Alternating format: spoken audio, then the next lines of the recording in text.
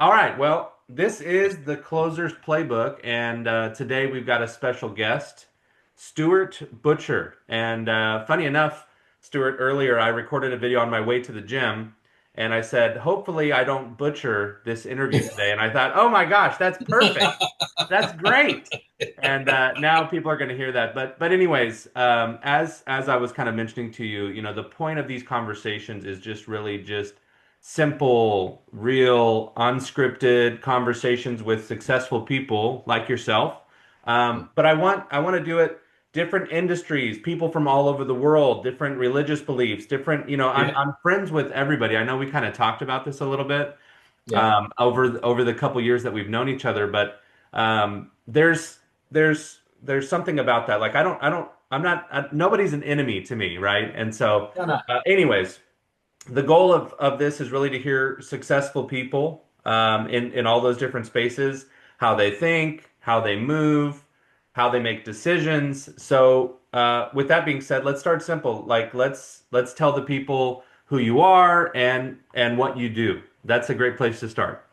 Yeah, I'm Stewart Butcher and I'm a ripe old age of 69 now and still working. Great Um, age. Great. Well, so they tell me. Yes, so they tell me. I'll tell you when I'm 70 to see if it's better. I don't Haha, know. right. But anyway, so I started my career. Well, the two things really. So my background is I'm a fully trained master baker, and that comes from my family. My father started a business back in 1963, and myself and my brothers had really no choice but to go into the bakery business. So from a very early age, I learnt the dedication to work. It was work, and my father and mother had a very strange. Well, say strange. That's actually how they worked, and that's how the business grew. So in most people's lives, family becomes before business. They were completely the opposite. Business came before family. So Mhm. Christmases, holidays, and stuff like that were a non-entity. It was like got to get to business and everything like that. Got So my father set up the business and over a number of years brought together a property portfolio. So that's how the business grew. The business itself, the manufacturing has now stopped, but the name still stays on, Mr. Butcher the Baker Limited. it. And it's now a property portfolio. And I'm very fortunate to be the group managing director of that. So that gives me something to do on a daily basis. But then my day job is I manage a fairly sizable property portfolio in the UK of around 160 million pounds, and that's made up Wow. of retail, residential, and a number of connections in between that. So that's my day job. Okay. So my skill through property has been all learnt. I wasn't, to be honest with you, I didn't go to school. I didn't do schooling very well. I'm not highly educated. I'm just what I've done is I've grafted and I've got to where I am. Right. I enjoy what I do, and so that's how I work now.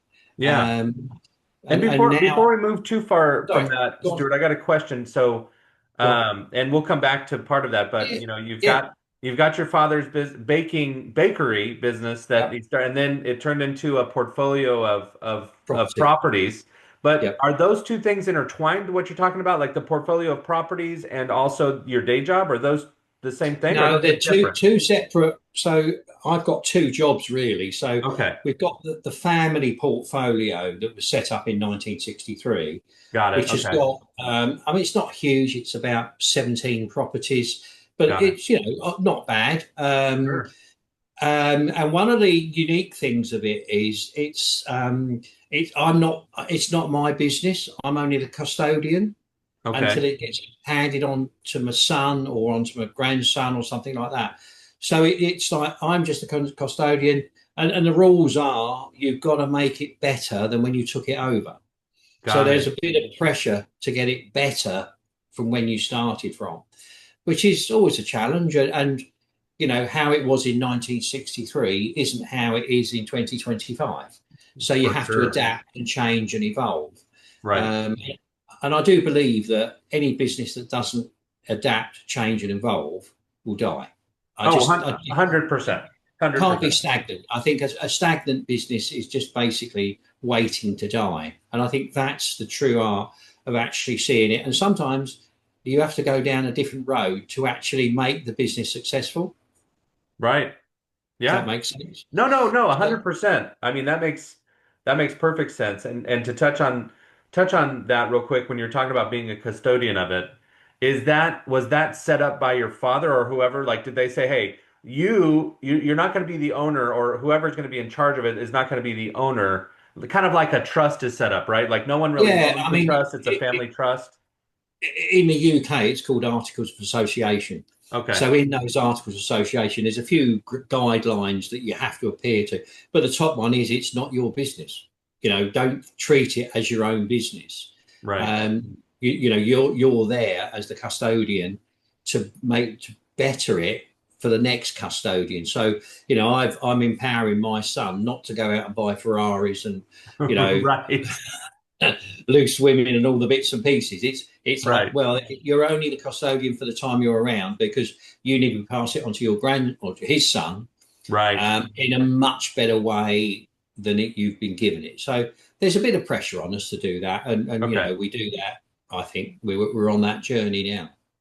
So real quick and we'll go back to your day job and That's talk what, about that for a moment. But so while you've had it, you've been the custodian of it. What kind of growth have you seen, and where did it start at? Where is it at today? so when I took over as custodian, we had 6 properties.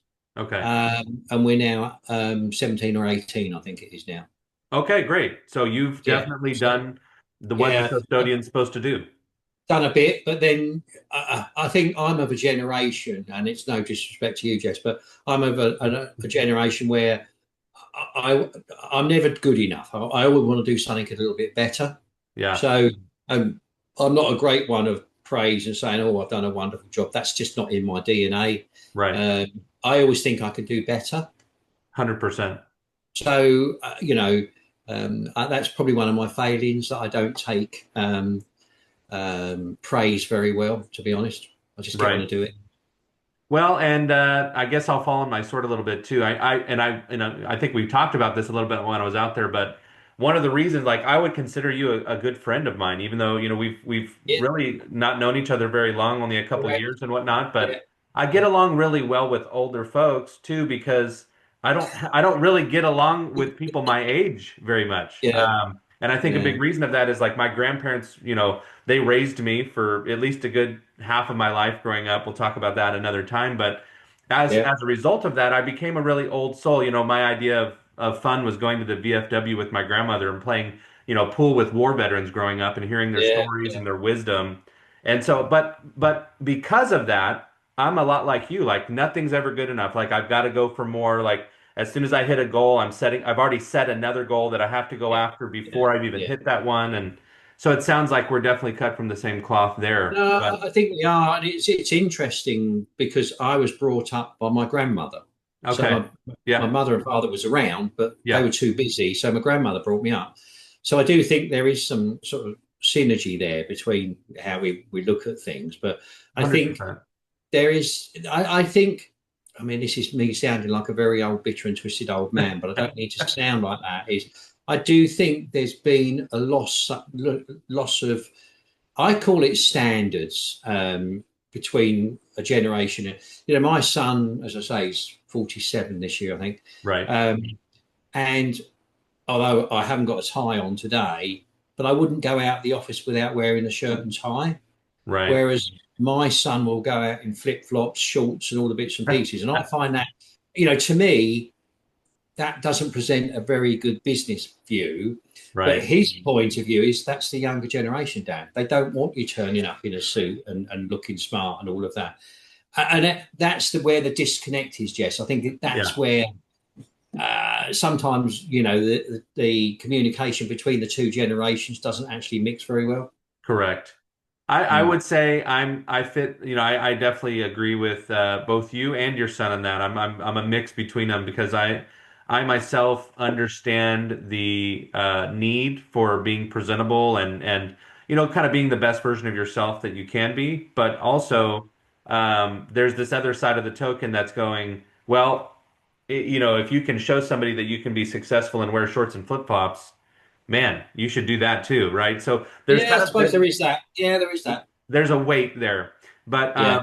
real quick before we get too far off the subject, and I know you told us a little bit about your kind of origin story and whatnot, kind of, but where did you grow up? Have you been, where you are No, so today? Your life, yeah, so I was born in London, Hammersmith. And I mean, this is fairly minor stuff, but I was what I was called a blue baby in them days. So Okay. it was something to do with a blood disorder or something like that. Oh, really? And, Okay. and in them days, you had two chances. They left you in the corridor. If you survived, great. If you died, not a problem. So Oh my obviously, I gosh. survived. So that's just one of those things. So whether someone was looking around and thinking I was a decent guy or could be do something, I don't know. So then, when I was, what was I? Probably 4 or 5. We moved to Surrey, a place called Hurst Green in Surrey, Okay. and then that's where the family business really started. And then we moved around different locations in Oxford, and then we finally settled in Dorking, where we are now, where we've been for 20 plus years or something. Okay. Wendy will tell me better than I do. I'm no good at those sorts of things. So yeah, so that's we've moved around a bit, but always stayed in Surrey. Um, Okay. with Now, my when you say, are you saying sorry? Sorry? Surrey. Okay. And that is like outside of London, right? Like a, Yeah, so so in the UK we've got things called counties. So you've got okay. Surrey, Kent, Sussex, um, Yorkshire, all these sorts of places. So if you're looking at us on a map, you've got London sort of down towards the bottom spiky bit, and we're about an inch across. That's where we are. We're about an hour away from the coast. Got it. And as you know, we've got Gatwick Airport just around the corner and Heathrow and bits and pieces. But it's not in the centre of England. We're down in southeast, Right. which apparently is supposed to be a lot easier climate wise and everything like that. But if you look out the window today, it's not. It's pretty horrible. But there, Is it? Well, I'll tell you yeah, what, when Sarah and I were there with you guys, and by the way, guys, just a quick shout out to Stewart and his lovely wife. We met them about 2 years ago on a cruise ship yeah, in the Mediterranean, which was, by the way, still one of my favorite vacations I've been on to this day.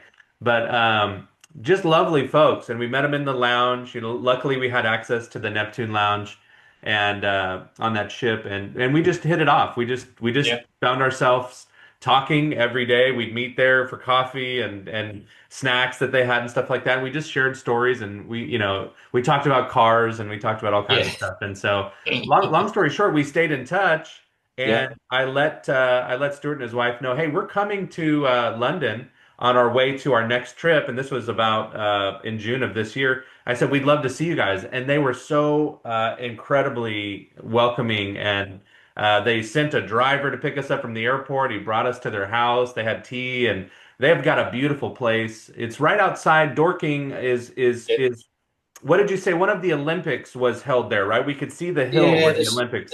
the cycling Olympics was held in a place called Box Hill, which is Okay. just and what there is famous at Box Hill is the zigzag hills, Okay. and that's where it literally goes zigzag, Right. and that's where they ran the Olympics in 20 whatever it was. I can't remember now. Was that 20. yeah, was that I mean, it was within the last decade or two? Oh yeah, yeah, yeah. Okay.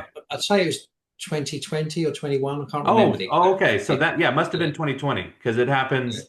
The Olympics yeah. happen on every presidential Yeah. So year it's probably for us. So 2020. Yeah, yeah, okay. Well, anyways, that was a little blurb there, but man, Stuart and his wife were fantastic. They took us to this winery. I mean, yeah, they literally rolled out the red carpet for us. It was the best UK experience you can have over there. And so I told them, as some of you guys know, that know me well, like I love Las Vegas. That's my spirit animal. My wife loves New York. And so kind of the East Coast, West Coast right there. So I told them next time they come to America, which I'm still trying to convince his wife to come because she doesn't like flying, but we'll get her there. Okay. we get it. Maybe We in get it. 2027. That's what we're planning. I think we're still planning Okay. it, right, Stuart? Yeah, yeah, yeah. Sounds like I a told plan. them we'll meet them in New York. because they got to come across the pond anyways. We'll meet them in New York and we'll have some fun there. And then we'll either come to Texas before we go to Vegas or vice versa. And they can kind of get the whole USA experience from some of our favorite places. But That'd anyway, be good. yeah, that'll That'd be be good. that'll be fun. I'm actually looking forward to it. So we need to start now that it's almost 2026. We're gonna have to start planning that at some point in Start time. planning. Absolutely. Um, Absolutely. but anyways, yeah. So let's so that's a little bit about your origin story, where you came from, growing up, things like that. But talk about from whether you want to believe it or not, and you're the kind of person, you said it earlier, you don't take compliments well or whatever. But I would say very successful, right? I mean, in whatever regard you want to consider that. But Yeah. most of the people that we'll be talking to in this interview series are going to be within the top 5% of everybody in the world. And you're definitely there. I would say you're probably within the top 1% or half of a percent. Probably. It's crazy. I know you're kind of shrugging it off, but if you looked after we hung out, actually, I was talking to you before about using ChatGPT, using AI. I don't know if you embraced it yet or not, but Sort of not fully okay. embraced. But you're dabbling with it. Yeah, yeah, yeah, yeah, yeah, Okay. yeah. I think you've got to. I think Yeah. you can't lock yourself in a cupboard and just say this isn't for me, because I think all these sorts of new technology, you have to embrace it as much as you want to, Right. because I think if you don't, again, it could have an impact on your life and your business. So Right. you cannot be too sort of shielded from using it. I think you've got to actually embrace it, and then you actually use as little or as much as you want to feel comfortable with using. 100%. Um, I and I agree with think that. that's probably where we are with it at the moment. I Um, think I think so many people will swing the pendulum too far with stuff like AI, and people don't realize that it's everything within reason. Like moderation for everything is yeah, what's important, right? You shouldn't just do all this thing or all this thing. That's not where the benefit is. But funny enough, I'm actually gonna ask ChatGPT real quick. What is the net worth that you need to be in the top 1% of the world? We're going to do this live right now, Stuart. We're going to figure it out. this will be an interesting number. No, I'm telling you, it's not as big as you think. That's what's so crazy about Really? it. So 1.1 million net worth puts you in the top 1%. Blimey. 1.1 million. Isn't that crazy? That sounds, I mean, with the greatest respect to anybody, that sounds remarkably low. Well, and it does, right? For especially for folks like us that we kind of think outside the box. We're Yeah, used to yeah. driving fancy cars and doing business, and we kind of just go about. Let's not go on the car thing because it's a bit of a touchy subject at the moment. Oh no, oh no. I want to know, but maybe that'll be a blooper. That may be a blooper. Not for this forum, I don't think. But Okay, all right. Well, we won't talk about that. But off camera, I'm going to ask you what's going on with that. yeah, yeah, But I will say, it's shocking when you really think about the world that we live in. Like I was looking at a statistic the other day in America, the average household income is still around $50,000 a year. blimey. 50, 60,000, something crazy But like that. that in UK. That's about 26 grand a year. Right, right. I'm actually asking it right now. What's the average household income in America? It's crazy. It's low, right? I mean, we're Yeah, talking, and so if you when you put that in perspective, how could somebody, with making 50, $60,000 a year, it's loading the data. Oh, okay. It's up a little bit more. It's now 83,700. right. So a few years ago when I looked it up, it was still around 60,000. Now it's 83,000, which makes sense with inflation and everything. But Yeah, even at $83,000 a year and the crazy cost of living in this world, how could yeah. you possibly accumulate $1 million in your lifetime? Mm, mm, That doesn't really make sense, right? And so, yeah, that does sound crazy, but like a $1 million net worth, 1.1 yeah. million puts you in the top 1%. So we're Blimey. talking to a top 1%er here, folks, with Stewart, right? Yeah, yeah. Okay. I would say it's impossible to have 17 properties in a portfolio and not be at least, greater than that. But But anyways, with all that being said, when was your first time where you really, you knew like, and maybe this was just kind of instilled in you growing up, but like when you made that shift from like a kid to like I'm gonna do this or I'm gonna be or I'm gonna make this money or whatever. I think that came. So, although I was working in the family business, I'm also what they call a frustrated farmer. I love to have a farm and all the bits and pieces. Right, And when I was 14, I went out and purchased a tractor. And then I found a farm that wanted somebody that called contracting. So they picked me up and put me down and whenever they needed it.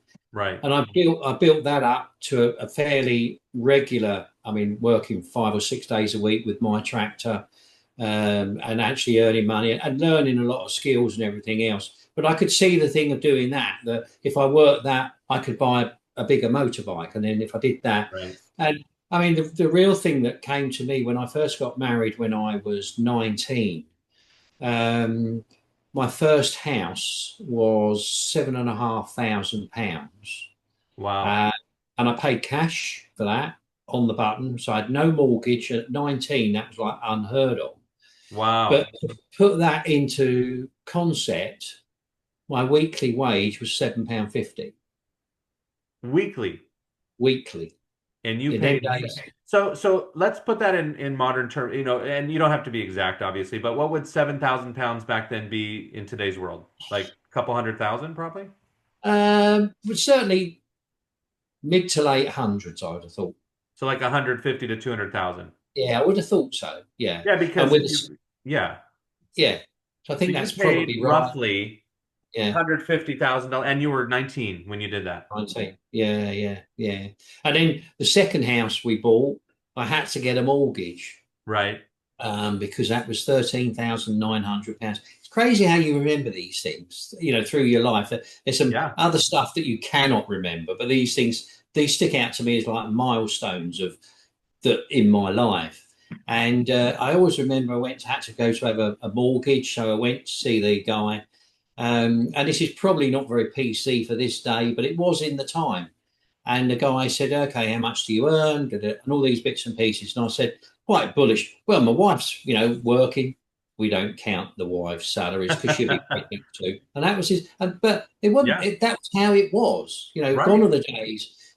So for me, that was a mark where I realised when I bought this tractor, and I thought actually you could see the rewards of working and everything like that. Plus, it was great fun.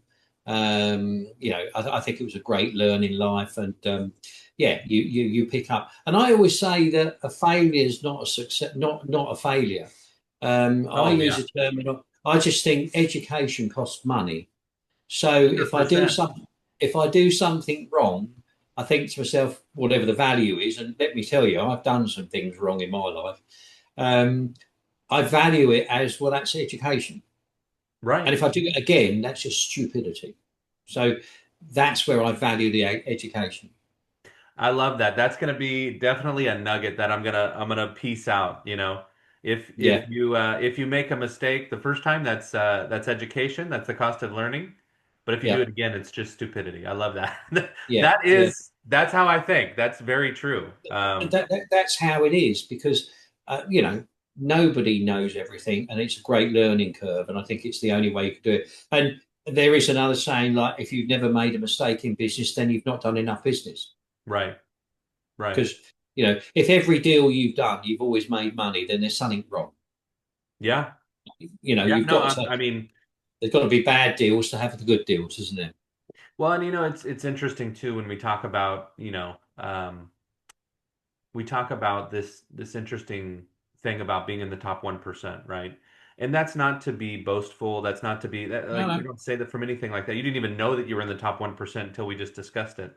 no. But there is a very different way of thinking that people in the top 1%, 5%, 10% they have than the rest of the world, right? One of my favorite quotes, even though I don't really like Warren Buffett very much, I think he's, well, we won't go into that, but I don't like him very No. much. Just from a personal, like obviously business sense and stuff like that. But he had a quote that has stuck with me. This was since I was very young because we grew up, I would say lower middle class. We didn't really have much, you know. Mm. We didn't not have, we had everything we needed, but we didn't have everything we wanted, right? Let's put it that way. Yeah. But there was a quote that he said, "If you're born poor, that's not your fault, but if you die poor, it is." Yes. Yeah. That is very true as well. I think you are in control of your own destiny. I Right, think a lot of people sometimes are not willing to take that risk. right. So, my wife is so risk averse. It's just unbelievable. Yeah, I tend to do things and tell her afterwards because I don't need the grief really. right. But That's the expression we ask for forgiveness instead of permission, right? yeah. Seek forgiveness, yeah. Right. But I do think there are some people, and there's nothing wrong with them at all. They just want a job. They just want to go to Right. work, have their 3 or 4 weeks holiday a year, and that's it. And they don't want to go out of that comfort zone because it might go wrong, and that's fine because not everybody can be, in your words, not mine, in the 1%, top Correct. 1%. So, Correct. not to say there's anything wrong. Maybe we're the ones that are wrong, taking all the risks, and we could lose everything. Well, and the interesting part about it is without the people like us that are willing to do that and take the risk, they don't have a job. No, So the well, world turns as a result of this ecosystem that we live in. There's nothing we can do to change it. It just is the way it is, right? yeah, yeah, And not to get too spiritual or anything, but obviously, I'm a believer and, yeah, so from a Christian perspective, we talk about this concept of, the body of Christ, right? Which yeah, is the body, which is, we talk about the church not being a place that you go, but like the people mm, that are in it.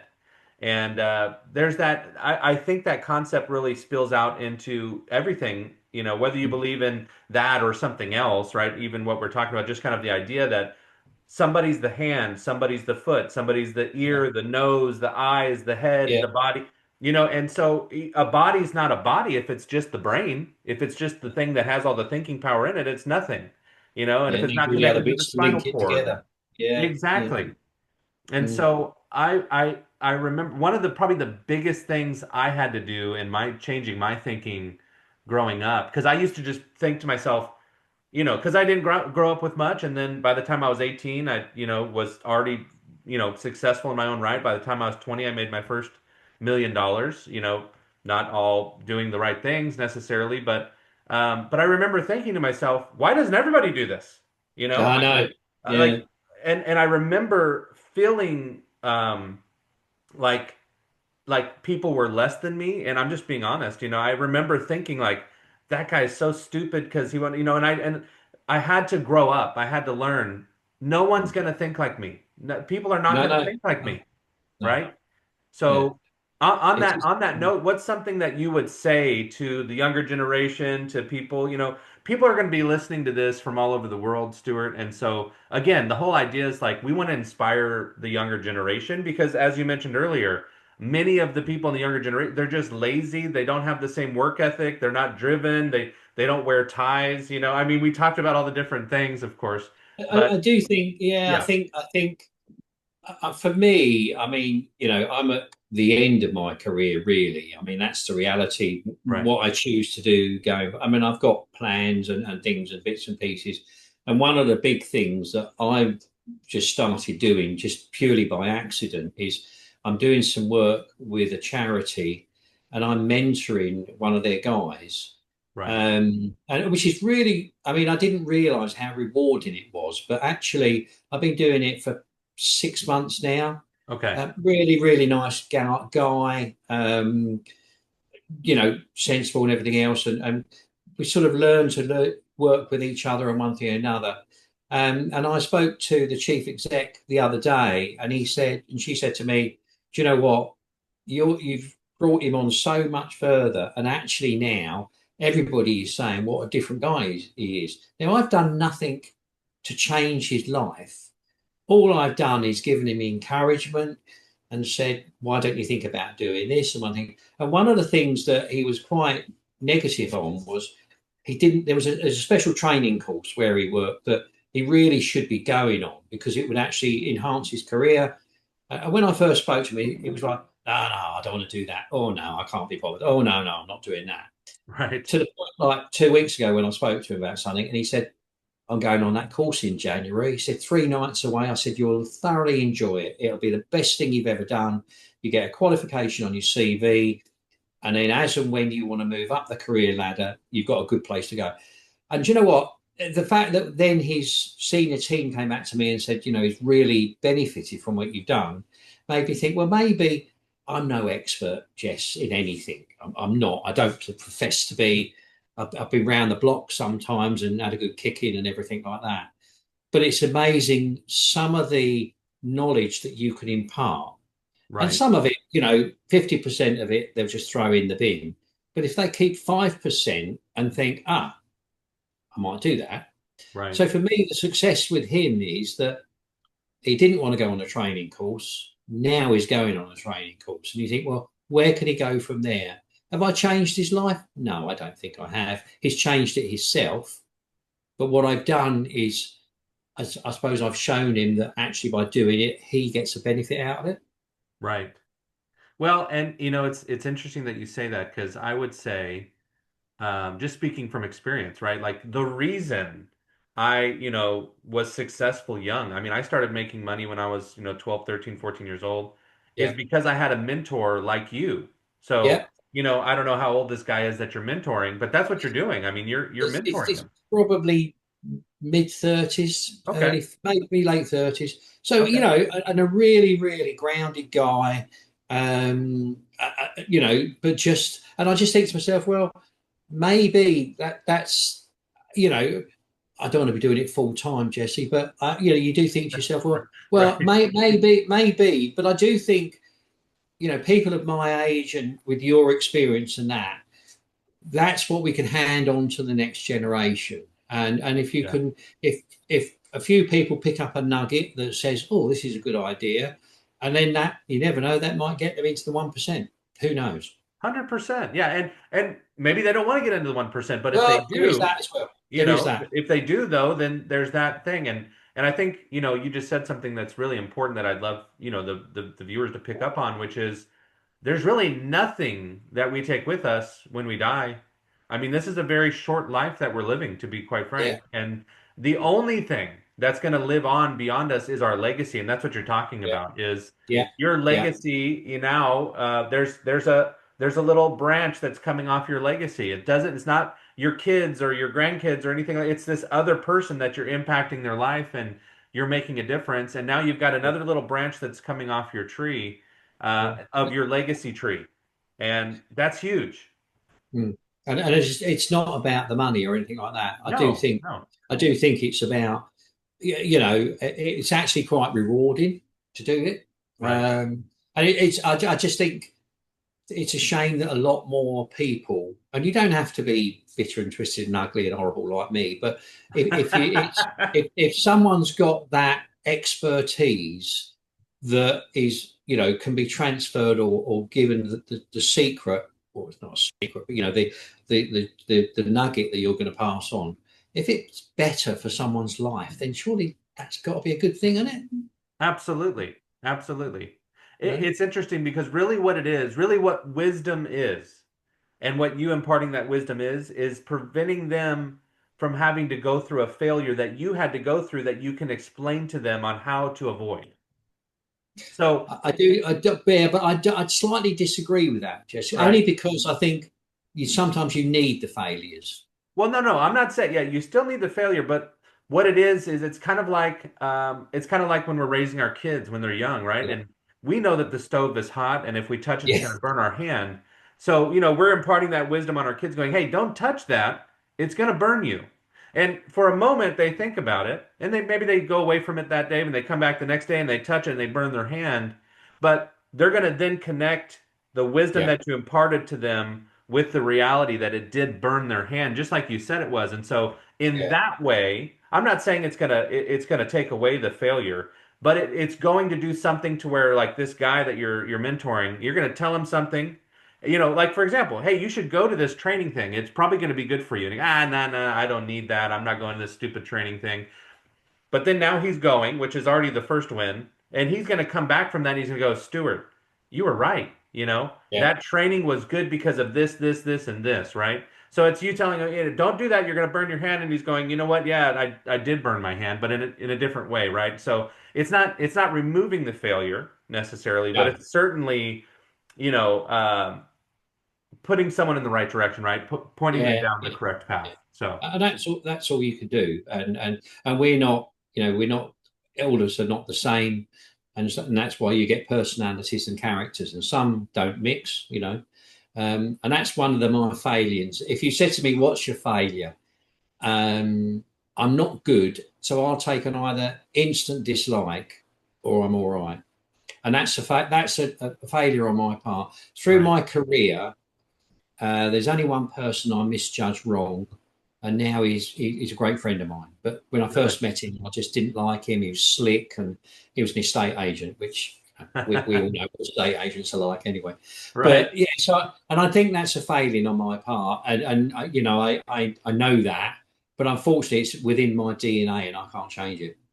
So what you're saying there is you judge people very quickly. Like you're going to make a Yeah, too decision quick. about things or people instantly. Yeah, I mean, interviewing, they say within the 10 seconds whether you're going to take them on or not. And I'm the same, probably within 10, 15 seconds. I can either be quite charming, and apparently, or I'm yeah, blunt, curt, and that's it. Right. And that's just Well, me. yeah, I mean, look, there's that's the thing that's so incredible to me. You think about the world that we live in, nearly 8 billion people, and every single person could say some similar statement. That's just me. That's just Mm, me. That's just who I am, right? And yeah. that every single person is so individually unique that they have that thing about them that nobody could change or do anything about. And so Mm, that's interesting. Well, to close, as we are landing the plane here, Stuart, I would love to yeah. hear, we've heard about, kind of the success and the wins and some of the strategy, but I think one thing that's really important, is if you're willing to share too, is like what's one of the biggest failures that you look back on and you go, man, I should have done this different and these are the things I could have changed, something that might help somebody listening to this that they could avoid it. Maybe they make a different change. Um, is there something that stands out to Yeah, you I, that, I, I, I can think there was a thing in my life where I had a business, and it was fine. It rumbled along in bits and pieces. And then I came across a stream of business from Mhm. outside the UK. And, they say not all business is good business. Right, And I got sucked into this where we were sending product across to Africa, and it was just too good to be true. mm, Any obstacle I put up, thinking, well, they won't have that. They were like, oh yeah, we'll have that. Yep, they. And it really, and it went on for 6 months probably, and it was like milk and honey, Jess. I mean, it was just like unbelievable, and it's like right, this was like, and they say if it's too good, then it's no good. right. And it was, and it all come to pass where on the office one morning there was a fairly stern banker knocking on the door saying, "You're potentially going to have you for fraud Oh, because wow. the money was coming via credit cards which were stolen, and Oh, as far as the bank was concerned, it was me that was doing it." Now, wow, I showed them all the evidence and everything. Said, "Well, yep." And unfortunately, that cost me nearly 150 grand. wow, Yeah, I had to pay 150 grand back to the credit card company, and it wasn't, oh, we do it. Oh, it was like, and we want that on Monday morning. wow. So, So that was a real moment of, hang on a second, and I'll have it on my epitaph. I really will. That not all business is good business. So right, and people get hung up in the UK about turnover and everything else. There's a great saying, turnover is vanity, profit is reality, and that's what it's all about. It's not the turnover; it's about the profit you're going to make out of it, and whether that's going to work. So for me, that was a big thing. It was a big wake up call. It cost me a lot for education, Right. but you know that was the education. I learned that, and What was, yeah, because yeah, I know, I'm like you. I'm not very I'm I'm I'm willing to take on risk, and I think we're yeah, probably very similar in yeah, that way. But yeah. what did that change in you? Like what how were you more cautious moving forward, or what things did you look for? What Well, did you go back and say, I should have listened to that guy on my shoulder telling me not to do this? yeah, What was that I, thing? I, I think for me it was the fact it was so easy. And you know as well as I do that business isn't easy. There's always a hump in the road, either Yeah, obstacles or one thing or another. Um, I think the lesson was to actually go with your gut instinct, and if it's good right, business, do it. I think I'm probably still probably cautious, but I can see the deal as well. So right, there is that balance to being overcautious and then doing a deal. And that's where I think, you've always got to be careful of that, because what you don't want to do is fall into that same trap again. right, And I'd like to think, as I say, at my age, I wouldn't.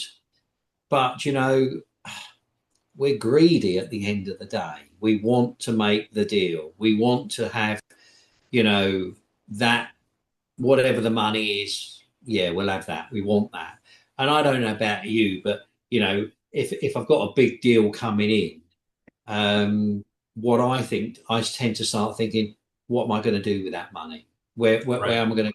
I don't think, oh, that's great, it's in the bank, thanks very much. It's like, right, so when that comes in, am I going to go and look at this investment, or am I going to do this, or am I going to do that?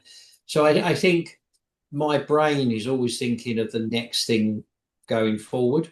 right. So Yeah, if you've got something coming in, so I never count it as that's the end of the deal, because right, I don't know about you, but I don't close my mind to anything. right, I go out with a group of guys that I've known for a number of years. Every Saturday morning, we go out for breakfast, and we're all of, I would say, taking your analogy, they're all in the 1%. right, right. And it's a great forum for talking about things. And you get the Mr. Cautious of the group that go, oh, I think you're mad. I don't know why you're doing that. And then you get the other three of us going, oh, actually, that could work, couldn't it? Because if you do this and you do that, so that works really well. But I think you're either in that mindset or you're not. Absolutely. Absolutely. Well, that's great. And I agree with that 100%. I mean, to your point, kind of that group of men something that it talks about in the Bible is, there's wisdom in the counsel of many, and that's something I believe wholeheartedly. You got to surround yourself with people, right? And they always say, if you got a group of 10, you're going to be exactly the average of those group of 10, right? So if you don't have the right group of people that you're surrounding yourself with, you're literally robbing yourself, and you're that's why you're at where you're at. So And I don't know about you, but you do tend to, it sounds horrible this, but you almost select your group of the yeah, people that you want in that group. yeah, And it doesn't sound very sort of welcoming, does it? But I think there is people that you want to be with, and there's other people that you'd probably rather not be with. right.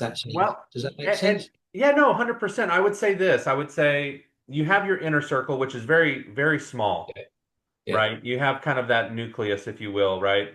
And yeah, then you've got that bigger group of people, the family and friends, the people you can't get away from. They're in your life, whether you like it or not. yeah, And there's nothing you can do there. And then you have that outer layer of people, the acquaintances, the people that they know you and you know them, but you would never tell them any of your deepest, darkest secrets. You would never invite them to that meeting on Saturday morning and talk about business or whatever. yeah, yeah. There's nothing wrong with that, right? That's just kind of how it is. But and that's something that you have to be careful about. I think where a lot of people get it wrong, there's nothing wrong with having tons of people on that outer layer, or even in that second ring, if you will. But where a Mm. lot of people get it wrong, I think, is they have the wrong people on their inner circle. Yeah, yeah. And No, I that's think that's when, absolutely right. Mm, bad company corrupts good character, as they say. So, mm. Well, Stuart, it's been long enough, and I appreciate your time, but I want to I don't know how to know. take that. No, no, I'm just saying, like, I don't want to, I know initially I told you kind of 20 to 40 minutes. We've been talking for 54 minutes now, That's and so I fine. want to be respectful of your time. Yeah, yeah. But is there any closing comments, anything that you want to share with those that are listening? Any nuggets as you've called Well, them throughout the interview? I think the amount of nuggets I've given out, you need a wheelbarrow to push them out the door. But I think, I mean, the old classic ones really work hard. You've got to work hard and you've got to Yeah, work hard at the deals. People don't knock on your door to give you £1 million. You've got to actually make them knock on your door to give you £1 million. right. And I think that's a big thing. I take nothing for granted, but I've whatever I've got, I've worked for, and that's what I do. And I'll hand it on, lock, stock, and barrel, probably after Mrs. Butcher's had her chunk, Right. to the Yeah, to the next generation, and hopefully they'll go from there. So just work hard, really. That's all you can do. 100%. Yeah. Well, guys, this is the Closer's Playbook. Appreciate you guys tuning in to this episode with Stuart. And I just hope that if this helped you in any way, shape, or form, that you would share it with somebody that needs to hear it. That is kind of what we've been talking about today. So, like and subscribe and do all of those things that you do on social media. But we will talk to you next time.